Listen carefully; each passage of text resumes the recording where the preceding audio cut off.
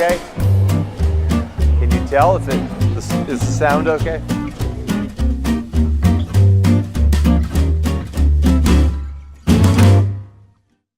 When you first start writing, all you hope for is that you will get finished and that some people will like it.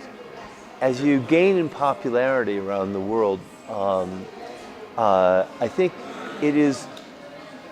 it's only a fool who thinks that the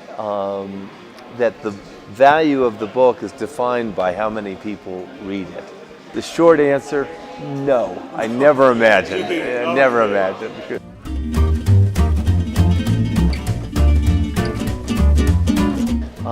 You learn more about the craft of writing with every book. You learn more about storytelling with every time you set out to do a new story. I guess what I've gotten is, I hope I've gotten a little wiser and a little smarter over the years, but that may not be true. You know, the one thing that you learn is that when you look back on your first book, you know the energy that it took to write it and the devotion that it took. And you try to summon that enthusiasm up again with every new book so that it seems fresh. Adapting a novel for a movie is really difficult because in a book you have the luxury of going inside characters and motivation and all this. In a movie, it's very quick. You only have 2 hours, and the best adaptations are always when somebody really understands the nature of the book and they reform it.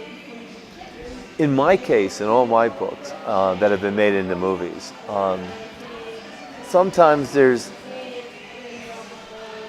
a slip between understanding the nature of the characters and the psychological tension that they're put in, and then putting that on the screen.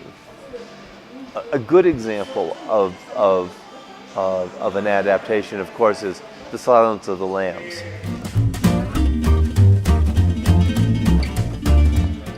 Ooh, that's a good question. There's so many directors I love. The late Jonathan Demme, who just passed away this week, he was wonderful.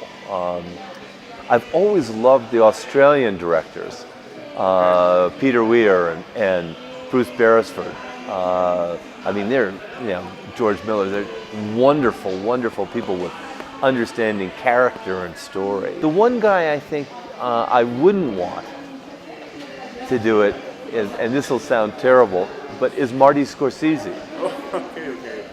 He's done so well with adapting like Dennis Lehane's books and whatnot, but he so takes over a story that the original novel really gets lost in his film.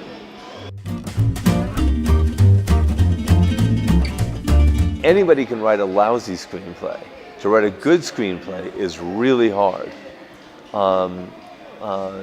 When you're adapting your own book, I mean, I found it to be really challenging. Primarily because you have to imagine the camera and where the camera is going to go. If you want to see a good example of how this works successfully, go back and look at Slumdog Millionaire. I've seen a lot of Latin American movies, and I'm trying to think of if I've seen any from Colombia. Oh yes, yeah, of course, yes. We got a gift for you. Oh, good. Oh my gosh, fantastic. Good. Everyone should read Charles Dickens' Great Expectations. Okay. For a movie, let me mention a couple. Of course, Peter Weir's, Master and Commander, okay. Brilliant movie. brilliant movie. I watch it over and over again. Gone Baby Gone. Okay. A fabulous movie. Pardon? Gone Baby Yeah, Ben Affleck. Surprisingly, I think the Argentine movie, The Secret in Their Eyes. Not the American version. No. Right. No. Hi, I'm John Katzenbach. Cinemaniacos. Loco especiales. Locos por el cine. Say it again.